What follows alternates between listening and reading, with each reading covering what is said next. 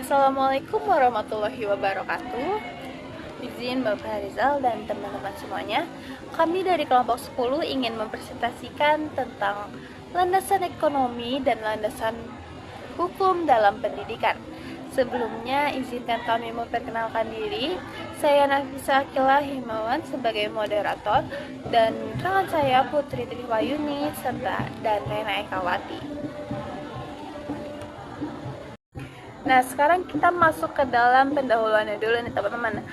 Seperti yang kita tahu ya teman-teman, pendidikan merupakan salah satu aspek yang sangat penting dalam membangun bangsa agar sistem ini memiliki pendidikan yang terarah, terstruktur, dan tujuan yang jelas. Nah, dua landasan ini merupakan landasan yang penting, yaitu landasan hukum dan landasan ekonomi, di mana landasan ekonomi ini memastikan bahwa pendidikan ini dapat berjalan dengan dukungan sumber daya dan pendanaan yang memadai. Sedangkan landasan hukum ini dia mendasari aturan, hak, kewajiban, dan struktur legitimasi agar pendidikan ini memiliki standar kepastian yang sama dan terarah. Selanjutnya, landasan ekonomi dan dalam pendidikan. Yang seperti kita tahu ya teman-teman, ekonomi ini merupakan sistem aktivitas yang berhubungan dengan produksi, distribusi, dan konsumsi. Nah, landasan ekonomi dalam pendidikan adalah dasar pemikiran yang menekankan bahwa proses pendidikan tidak bisa dilepaskan dari aspek ekonomi, karena pendidikan itu membutuhkan sumber daya, dana, dan sarana untuk berjalan.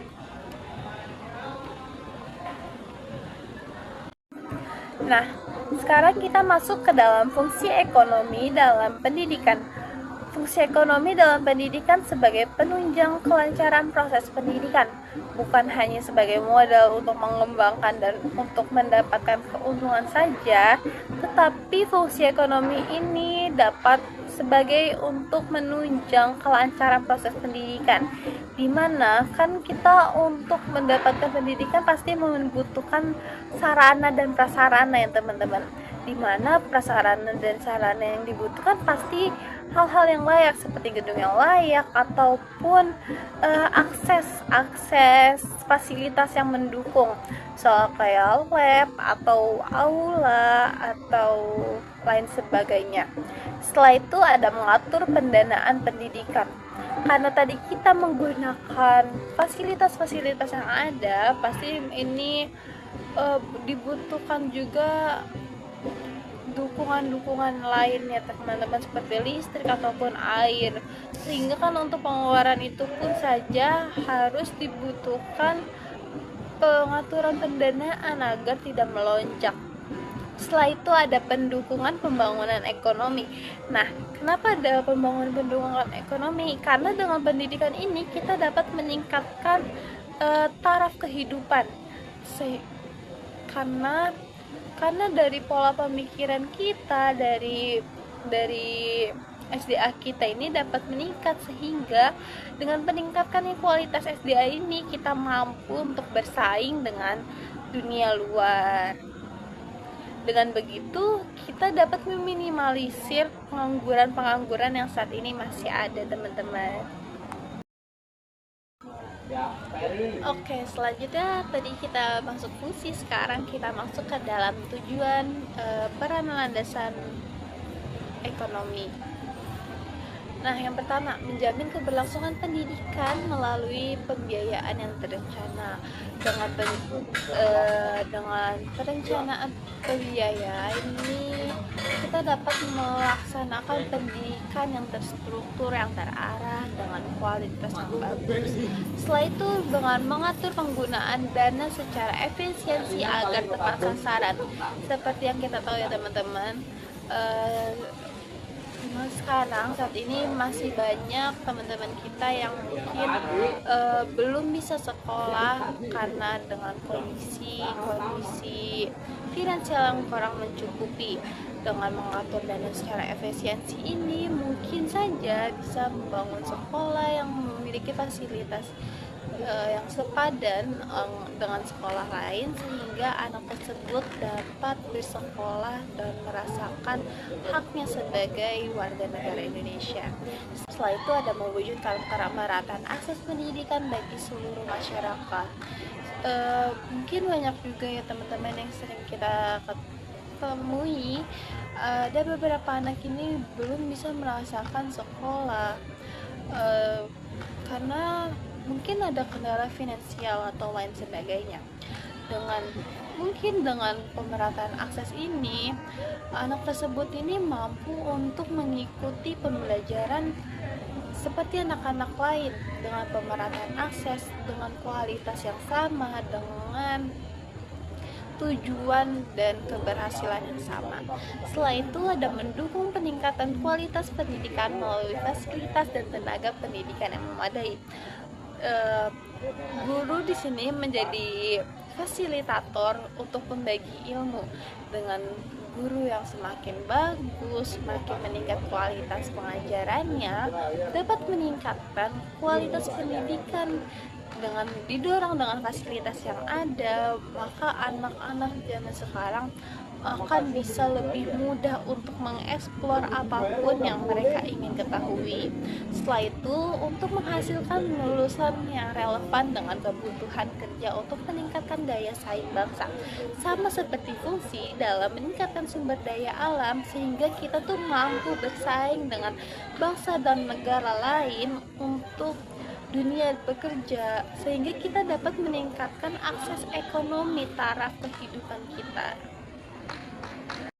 Oke, setelah tadi fungsi, kita lanjut ke dalam tujuan dan para landasan ekonomi.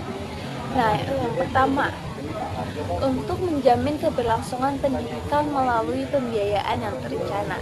Yang kedua, mengatur penggunaan dana dan secara efisiensi agar tepat sasaran.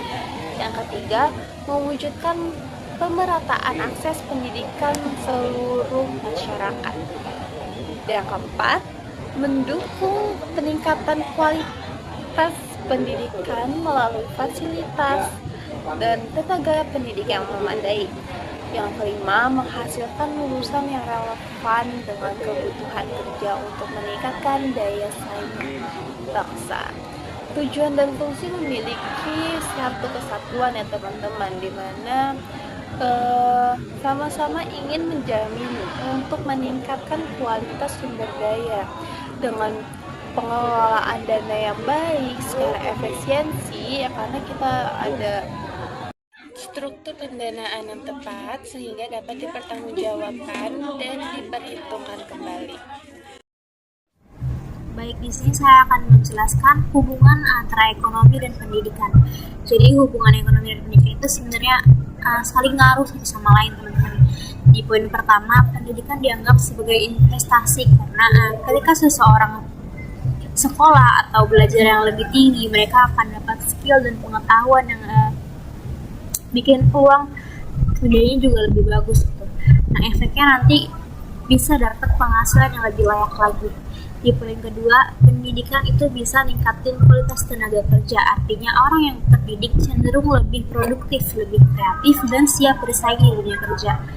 Ini otomatis membantu negara juga, bukan cuma ngebantu finansial kita aja, tapi ini juga berpengaruh ke negara gitu. Di poin ketiga, pendidikan itu punya dampak ke pertumbuhan ekonomi. Semakin banyak masyarakat berpendidikan, biasanya ekonomi negara juga semakin berkembang karena adanya banyak SDM yang berkualitas. Lalu poin keempat, ekonomi juga berpengaruh ke pendidikan. Misalnya daerah dengan ekonomi yang kuat biasanya itu punya fasilitas pendidikan yang lebih lengkap dan akses yang lebih mudah untuk sekolah. Yang terakhir, ada hubungan ini bersifat interdependensi atau saling bergantung. Ekonomi itu butuh pendidikan agar masyarakat lebih maju, dan pendidikan juga butuh dukungan ekonomi agar bisa berjalan dengan maksimal. Selanjutnya ada beberapa contoh nyata di sini, teman-teman. Di bidang pendidikan khusus, misalnya pendanaan untuk sekolah inklusif dan SLB itu sangat penting agar siswa yang berkebutuhan khusus ini tetap bisa belajar dan berkembang sesuai kemampuan mereka. Terus ada juga program atensi dari Kemensos yang bentuknya dukungan layanan baik berupa pendidikan, terapi maupun pendampingan. Contoh lainnya unit produksi di SLB. Jadi beberapa SLB ini punya workshop atau kegiatan produktif yang bisa membantu siswa tersebut dalam mendapatkan pengalaman kerja dan bahkan menghasilkan pendapatan. Untuk pendidikan masyarakat, di sini ada program PKBM atau Pusat Kegiatan Belajar Masyarakat yang biasanya menyediakan pendidikan kesetaraan kayak paket A, paket B, dan paket C. Terus ada juga bantuan dana desa yang dialokasikan untuk kegiatan pendidikan non formal. Yang terakhir ada kerjasama dengan LMS atau komunitas yang biasanya tuh membantu pelatihan keterampilan atau pendidikan berbasis masyarakat. Oke, selanjutnya di sini ada landasan hukum dalam pendidikan. Landasan hukum dalam pendidikan adalah seperangkat peraturan perundang-undangan yang menjadi dasar dan pedoman dalam penyelenggaraan pendidikan nasional. Jadi maksudnya landasan hukum pendidikan adalah aturan atau regulasi resmi yang mengatur bagaimana sih sistem pendidikan di Indonesia ini berjalan. Landasan ini juga penting supaya semua itu punya arah atau punya tujuan buat teman-teman, punya aturan dan punya batas yang lebih jelas. Selanjutnya ada tujuan landasan hukum dalam pendidikan. Tujuan dari landasan hukum ini cukup jelas, teman-teman. Yang pertama, memberikan dasar dan arah penyelenggaraan pendidikan. Jadi di sini agar penyelenggaraan pendidikan punya pedoman yang jelas, bukan asal berjalan aja gitu. Dan yang kedua, menjamin hak warga negara untuk memperoleh pendidikan. Di sini hukum memastikan semua warga negara ini punya hak yang sama untuk mendapatkan pendidikan. Dan yang ketiga, mengatur kewajiban pemerintah, sekolah, dan masyarakat. Landasan hukum ini ngatur siapa aja sih dan melakukan apa aja sih mereka, mulai dari pemerintah, sekolah, sampai ke masyarakatnya agar perannya juga saling mendukung gitu. Dan yang keempat, menyediakan kepastian dan perlindungan hukum dalam pendidikan. Di sini adanya perlindungan hukum supaya kalau terjadi penyelenggaraan atau masalah dalam dunia pendidikan itu semuanya bisa diproses sesuai aturan. Dan yang terakhir ada menstandarkan kualitas pendidikan secara nasional. Jadi landasan hukum ini juga berfungsi buat menyamaratakan gitu kualitas pendidikan di Indonesia supaya di semua tempat standar pendidikan itu tetap sama dan merata.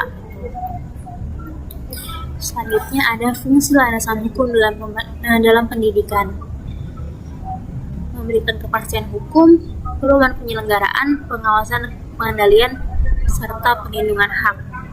Jadi fungsi landasan hukum lebih ke perannya dalam menjalankan pendidikan, teman-teman, yaitu memberikan kepastian hukum dan arah yang jelas. Jadi pendidikan juga nggak sembarangan gitu. Lalu sebagai pedoman pelaksanaan agar kegiatan pendidikan ini juga lebih terarah dan lebih jelas tujuannya kemana. Fungsi berikutnya juga untuk pengawasan dan pengendalian. Jadi ada alat ukur dan evaluasi apakah pendidikan tersebut tuh berjalan dengan lancar sesuai dengan standar gitu. Dan yang terakhir sebagai perlindungan hak, baik hak siswa, hak guru maupun hak lembaga pendidikan. Selanjutnya ada hak dalam landasan hukum pendidikan.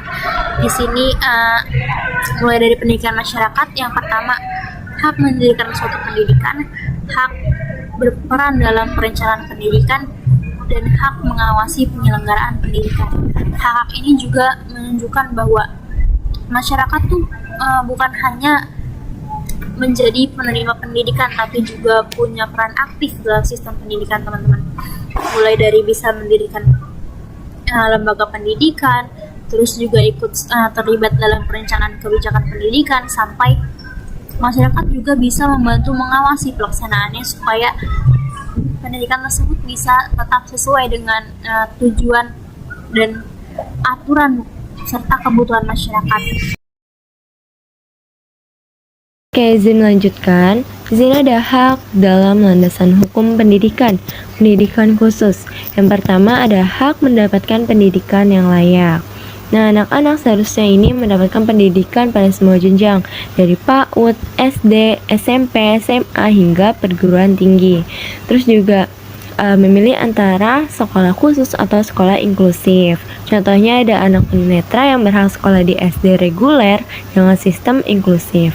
Yang kedua ada hak atas aksesibilitas. Di sini anak-anak ini mendapatkan fasilitas fisik yang ramah disabilitas dari lift, toilet khusus, dan ramp. Terus juga alat bantu belajar sesuai kebutuhan. Contohnya itu ada penyediaan huruf braille untuk anak tunanetra. Nah, selanjutnya ada yang ketiga, hak kurikulum yang disesuaikan. Nah, ini mendapatkan kurikulum yang dimodifikasi sesuai kemampuan anak. Terus juga adanya program pembelajaran individual. Contohnya ada anak diskalkulia mendapatkan modifikasi soal matematikanya. Yang keempat, ada hak evaluasi yang adil. Di sini penilaian yang disesuaikan dengan kemampuan dan kondisi. Terus juga adanya waktu pengerjaan lebih fleksibel. Yang kelima, ada hak bebas dari diskriminasi dan kekerasan. Seharusnya anak-anak disabilitas ini mendapatkan perlindungan gitu dari orang-orang yang sering membulinya. Jadi anak-anak disabilitas ini merasakan nyaman, aman, dan tenang gitu ketika berada di lingkungan luar. Oke, selanjutnya ada kewajiban dalam landasan hukum pendidikan. Menurut pandangan pendidikan masyarakat, yang pertama ini ada kewajiban memberikan dukungan sumber daya. Jadi bisa membantu pembiayaan pendidikan kayak gitu, menyediakan sumber daya untuk pendidikan, kontribusi tenaga dan pikiran. Contohnya itu ada donasi untuk pembangunan sekolah. Yang kedua ada kewajiban menciptakan lingkungan yang kondusif. Nah, menciptakan suasana yang mendukung untuk belajar, keamanan di sekitar sekolah. Terus juga contohnya itu tidak berisik saat jam sekolah. Yang terakhir itu ada kewajiban mengawasi dan mendidik anak. Ini menanamkan nilai dan karakter. Terus juga bekerja sama dengan sekolah. Jadi ada namanya kerjasama dari keluarga dengan sekolah yang agar anak ini merasa diawasi. Contohnya itu menghadiri pertemuan orang tua guru, menegur anak yang bolos sekolah, seperti itu. Di sini ada hubungan antara hukum dan pendidikan. Yang pertama ada landasan hukum jadi pedoman pelaksanaan pendidikan. Yang kedua ada pendidikan berjalan sesuai aturan yang berlaku. Yang ketiga ada hukum menjamin hak dan kewajiban dalam pendidikan. Yang keempat, landasan hukum ini mengatur standar kualitas pendidikan. Dan yang kelima ada pendidikan mendukung tercapainya tujuan negara sesuai hukum. Nah, manfaat utama dari hubungan ini sebenarnya dapat dilihat dari dua sisi. Yang pertama ini ada peran hukum dalam mengatur pendidikan ini, dan ada peran pendidikan dalam membangun kesadaran hukum. Selanjutnya ada contoh nyata pendidikan khusus. Yang pertama ada Permendikbud nomor 70 tahun 2009 tentang pendidikan inklusif. Nah, Permendikbud ini mewajibkan pemerintah daerah untuk menyediakan sekolah inklusif dan sumber daya yang dibutuhkan, serta satuan pendidikan untuk menyesuaikan kurikulum dan pembelajaran sesuai kebutuhan peserta didik. Yang kedua ada hak ABK dalam UU nomor 8 tahun 2016. Nah, ini seperti hak atas pendidikan inklusif, layanan kesehatan dan rehabilitas, perlindungan dari kekerasan dan diskriminasi, serta hak yang berpartisipasi pada UU nomor 20. Nah, yang ketiga ada regulasi kurikulum memodifikasikan dan asesmen individual. Yang keempat ada perlindungan akses pendidikan tanpa diskriminasi. Selanjutnya ada pendidikan masyarakat.